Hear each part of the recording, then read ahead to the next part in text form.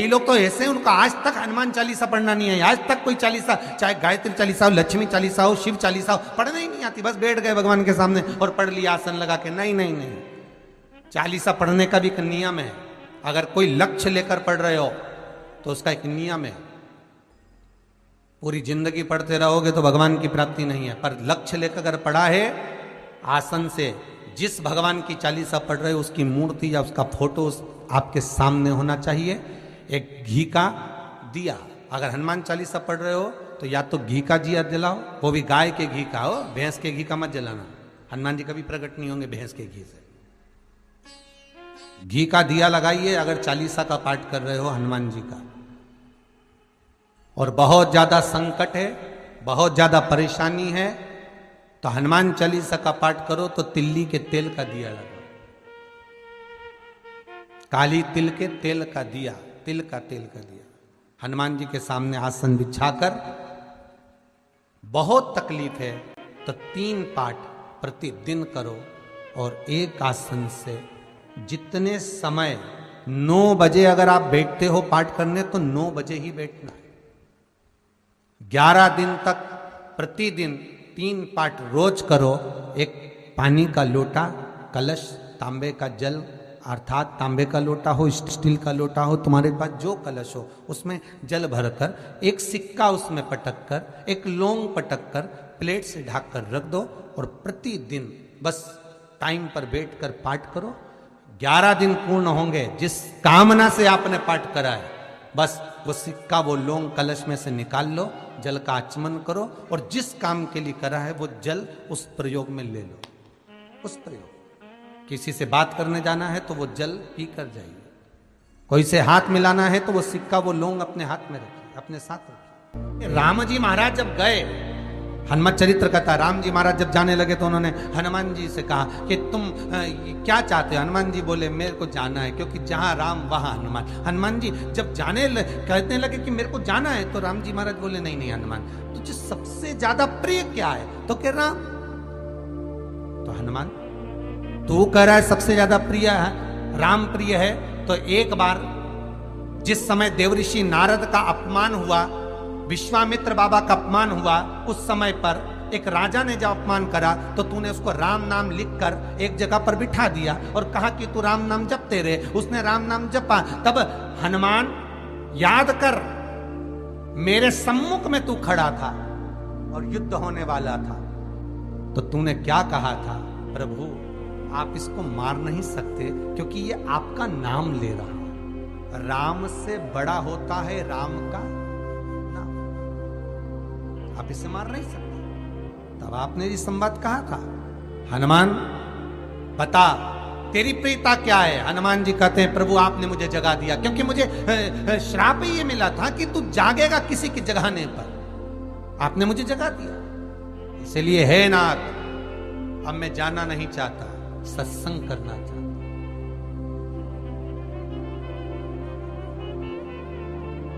श्री राम जी का चरित्र, अब मैं सत्संग करूंगा, भजन करूंगा, नाम जाप करूंगा। पर राम जी जानते हैं हनुमान से, कहा हनुमान मेरा जाने का समय आ गया, मुझे तो जाना पड़ेगा ना। सीता पृथ्वी में चली गई, मुझे भी जाना है। मैं सरयू के जल में अपने प्राणों को त्यागूंगा, मानव का शरीर है इसको त्यागना तो पड़ेगा ना हनुमान। हनुमान जी बोले तो त्याग दो, त्यागने में क्या दिक्कत है, त्यागो आप तो। पर दिक्कत एक बहुत बड़ी है।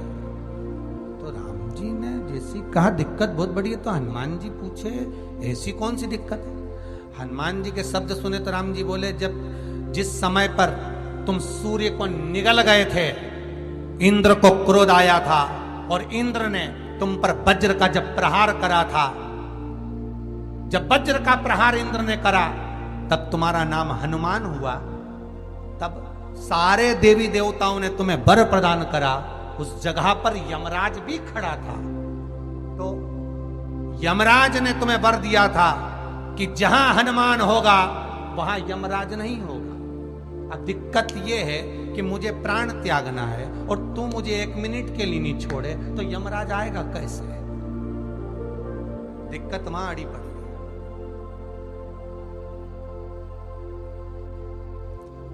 हनुमान जी मुस्कुरा के बोले राम जी महाराज से, प्रभु मैं आपके बिना रह नहीं सकता। तो राम जी बोले मैं भी जानता हूं कि तू मेरे बिना नहीं रह सकता, पर एक काम तो कर सकता है ना। क्या? मैं अगर कोई काम बताऊंगा तो तू करेगा कि नहीं करेगा? हनुमान जी बोले आपका काम और मैं ना करूं, ऐसा कभी हुआ है? जरूर करूंगा। ठीक है। बस अब राम जी महाराज ने सोच लिया कि हनुमान को जाने से पहले काम पर लगा। अब वो कौन सा काम था? बोलो रे भाई। हनुमान जी को कहां काम पर लगाया राम जी ने? किस जगह पर काम पर लगाया? अरे सभी ने रामचरितमानस सुनी है, खूब सुनी, जल्दी बताओ। राम जी महाराज ने प्राण त्यागते समय, सरयू जी में प्राणों को देते समय, राम जी ने हनुमान जी को किस काम में लगाया था कि राम जी ने अपने हाथ की एक मुद्रिका जिस पे राम लिखा हुआ था, वो मुद्रिका एक अयोध्या की एक सरंग में जमीन में डाल दिया और हनुमान से कहा जा जरा ढूंढ के लेके आ, मैं अभी घूम कर आया। और हनुमान जी तलातल रसातल भूमि के नीचे पताल में चले गए उस मुद्रिका को ढूंढने के लिए जिस पे राम लिखा है। और हनुमान जी पूछते भी जा रहे राम कहाँ है? राम की मुद्रिका पड़ी थी, राम की अंगूठी है। अब राम का ही सत्संग करते करते जा रहे और राम जी चले गए सरयू, क्योंकि हनुमान अगर होगा तो यमराज नहीं आ सकता। हनुमान को यहां से हटाना पड़ेगा तब यमराज लेने के लिए आ सकता, तब यम आए। और क्योंकि यम अपने नियम को धारण करेगा, चाहे कृष्ण हो चाहे राम। पंचमुखी हनुमान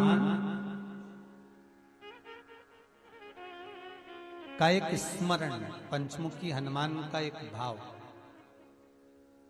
महाराज जैसे बहुत ज्यादा तकलीफ अगर व्यक्ति को हो गई है, बहुत कष्टमय जीवन चल रहा है, हार गए हर जगह से और तकलीफमय जीवन चल रहा है, तो पंचमुखी हनुमान का एक शिव महापुराण का और स्कंद पुराण का एक बड़ा सुंदर मंत्र है। उस मंत्र को आप सब एक बार हमारे साथ में बोलें। ओम नमो हनुमते रुद्र अवताराय सर्व शत्रु संहारणाय सर्व रोग हराय सर्व वशीकरणाय रामदूताय स्वाहा। बस इस मंत्र को हाथ में काली तिल लेकर, एक जौ लेकर और गूगल लेकर, थोड़ा सा उसमें गाय का घी डालकर, कंडे को या अग्नि को जलाकर इस मंत्र का 11 बार 21 बार जाप कर कर अपनी कामना कर कर छोड़ दीजिए। कैसा भी रोग हो, बीमारी हो, कष्ट हो, दुख हो, तकलीफ हो, 21 दिन के अंदर वो आनंद आना प्रारंभ कर देता है। इस मंत्र, स्कंद पुराण का, शिव महापुराण का ये मंत्र मूल पंचमुखी हनुमान सुख देंगे। और एक और चीज याद रखिए हमारा, यदि कोई काम के लिए जा रहे हो, कोई व्यापार के लिए जा रहे हो या नौकरी करने के लिए जा रहे हो और लगी नहीं रही, बहुत तकलीफ पा रहे हो, सर्विस ही नहीं लग रही, बहुत कष्टमय हो गया, तो निवेदन करूंगा 5 पीपल के पत्ते पर बेसन के 5 लड्डू घर में बने हुए, गाय के घी के 5 लड्डू रख लो। उस लड्डू के बीचों बीच एक आटे का दिया और उसमें तिल्ली का तेल डालकर इसी मंत्र का प्रयोग कर कर पंचमुखी हनुमान का किसी भी हनुमान के मंदिर में जाकर, दक्षिण मुखी हनुमान के मंदिर में जाकर उसको रख कर आ जाइए। इसके बाद आप उस काम के लिए जाइए, आपका काम सफल हो जाएगा। आपको किसी को नहीं कहना पड़ेगा कि हाथ जोड़ना नहीं पड़ेंगे, किसी के पांव नहीं पड़ना पड़ेंगे, तुरंत काम होगा। बस इस मंत्र का स्मरण कर कर पंचमुखी हनुमान का भूतेश्वर जो मंत्र है वो सुख देने वाला।